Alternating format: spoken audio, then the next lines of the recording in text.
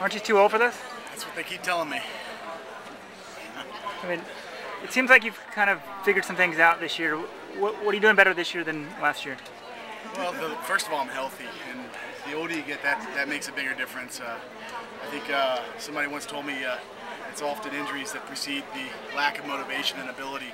And I've worked through a bunch of injuries the last 3 years and just persisted through it and really worked hard to maintain a certain level of confidence so that I could come back out here every single year and keep trying to do what I enjoy doing.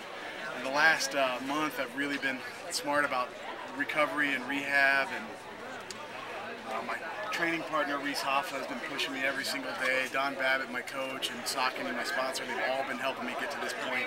So I'm just really fired up that I can come out there and deliver on my second throw. Fortunately, it only takes one.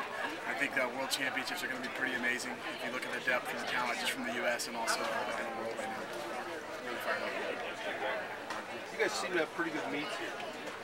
Man, this is a great place to throw. I hate the fact they call it Track Town because I think we called it Shot Put Town for a little while, and I think it's coming back. So it's a great place to throw. The fans it's unique in the world. It really is unique, and I love coming back here. National Championships is a great meet to have here.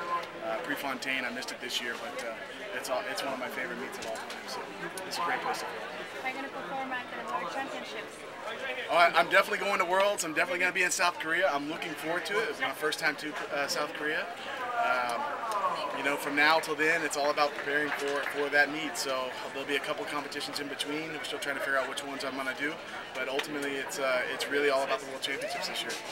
Adam, have you ever thought about bowing out? Have you been able to maintain your enthusiasm all this time, or do you have moments where you're kind of done with it? Absolutely. The only time in my whole career when I've really thought that, you know, maybe I should step down was actually in 2004.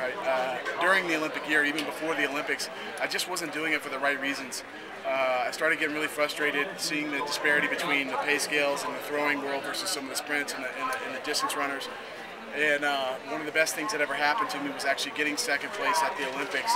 Because 2005, the only reason for me to do it that year, I didn't have a sponsor at the time. Throughout 2005, the only reason for me to do it was because I wanted to do it. And over time, that redeveloped or redefined my passion for the sport. And when you do something that you love doing, it's really hard to stop doing it, particularly when you're still pretty good at it. So. One or two more for Adam. Adam, were you guys throwing today to remind Dylan Armstrong that the Americans down here were not to be messed with after his big day yesterday? Yeah, Dylan had a good throw yesterday, I hear, but it's pretty easy to do it when you don't have to compete against anybody. Thanks, Adam. Appreciate it.